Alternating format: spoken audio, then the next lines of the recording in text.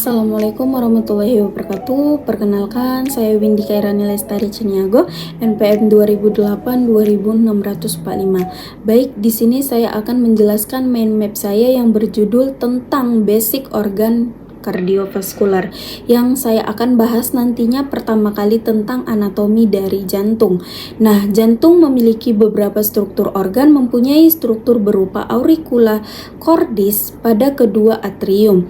Di dalamnya terdapat struktur berjonjot agak kasar. Kemudian dia memiliki dinding atrium lebih tipis, mempunyai struktur berupa sekat jantung antara atrium kiri dan atrium kanan, yaitu septum interarterial, yang dimana terdapat lekukan dangkal oval disebut fossa ovalis. Nah, dia akan mempunyai struktur berupa sekat antara rongga ventrikel kiri dan ventrikel kanan, disebut septum interventricularum. Kemudian ada septum terletak miring dengan satu permukaan menghadap ke depan dan kanan, serta menghadap ke belakang dan kiri. Kemudian ada peredaran darah organ cor yang menyuplai darah, di mana organ cor ini dia itu mendapat suplai darah melalui arteria coronaria dextra dan sinistra yang muncul dari sinus aorta ascendens di antara valvula aorta pada aorta ascendens.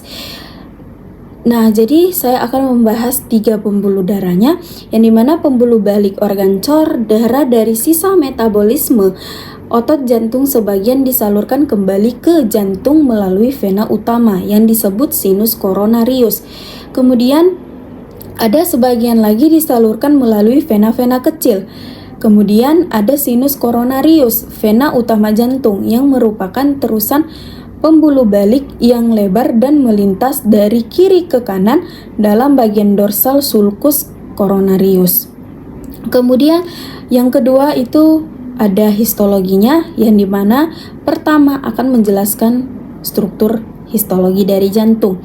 Dia ada 3 lapisan. Yang pertama itu endokardium, subendokardrium, dan miokardium. Yang pertama ada endokardium, terdapat serat Purkinje dengan warna terpulas lebih pucat.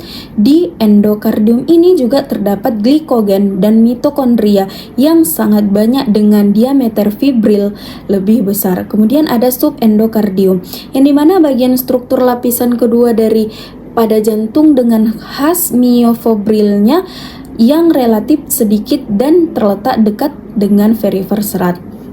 Kemudian ada miokardium. Nah, miokardium ini ada 3 fungsi pula. Yang pertama itu ada kardiomiosit kontraktil yang berkontraksi untuk memompa darah melalui sirkulasi.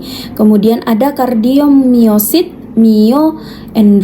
endokrin yang menghasilkan faktor natriuretrik atrium. Kemudian ada yang ketiga, nodal kardiomiosit, yang dimana khusus untuk mengendalikan kontraksi ritmis jantung.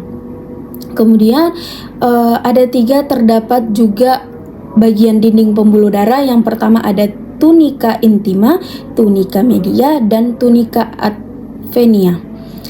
Kemudian ada fisiologinya. Yang pertama itu fisiologi dari jantung. Fungsi jantung adalah utama memompa darah ke seluruh tubuh dan menampungnya kembali setelah organ paru-paru membersihkan darah tersebut. Nah, di mana jantung menyediakan dan mengalirkan oksigen darah ke seluruh tubuh serta membersihkan tubuh dari hasil metabolisme atau yang disebut karbon dioksida. Kemudian ada elektrofisiologi jantung. Nah, di mana di dalam otot jantung terdapat jaringan khusus yang menghantarkan aliran listrik. Kemudian jaringan tersebut mempunyai sifat-sifat yang khusus, yaitu ada otomatisa, kemudian ada irama, daya konduksi, daya rangsang, serta dia akan melakukan perjalanan impuls dimulai dari nodus SA, nodus AF, sampai ke serabut Purkinje. Nah, di mana S-anut ini dia disebut pemacu alami karena secara teratur dia akan mengeluarkan aliran listrik impuls yang kemudian menggerakkan jantung secara otomatis. Pada keadaan normal, impuls ini yang dikeluarkannya frekuensinya itu 60 sampai 100 kali per menit. Kemudian respon dari impuls SA memberikan dampak pada aktivitas atrium. Selanjutnya ada peredaran anggota gerak atas. Nah, di mana dia arteri utama yang disuplai melewati pangkal leher sebagai arteria subclavia. Nah, di mana nanti dia akan masuk ke dalam aksila sebagai aksilaris. Kemudian dia di selanjutnya akan menuju lengan atas sebagai arteri brachialis yang pada dangkal lengan bawah terbelah menjadi arteria radialis dan arteria ulnaris yang masing-masing akan menuju lengan bawah hingga ke tangan. Kemudian yang kelima itu ada peredaran anggota gerak bawah. Nah, yang keenam dan terakhir itu ada sirkulasi darah pada janin.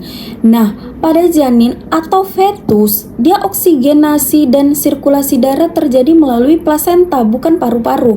Nah, fungsi dari fisiologi plasenta itu tersebut sebagai respiratorius, absorpsi, barrier, internal secretion, excretion, dan secretion placenta terbentuk pada minggu ke-8 kehamilan dan merupakan bagian konsepsi yang menempel pada endometrium uretus serta terikat kuat sampai bayi lahir pada masa antenatal. Sistem sirkulasi darah melalui arteri dan vena umbilikalis dan juga terdapat 3 jalur pintasan sirkulasi darah secara parsial yang melampaui paru dan hepar, yaitu yang pertama ada foramen oval, ductus arteriosus botali, ductus venosus aranti. Mungkin itu saja yang saya sampaikan. Ini referensi yang saya dapatkan, kurang lebihnya saya mohon maaf. Assalamualaikum warahmatullahi wabarakatuh.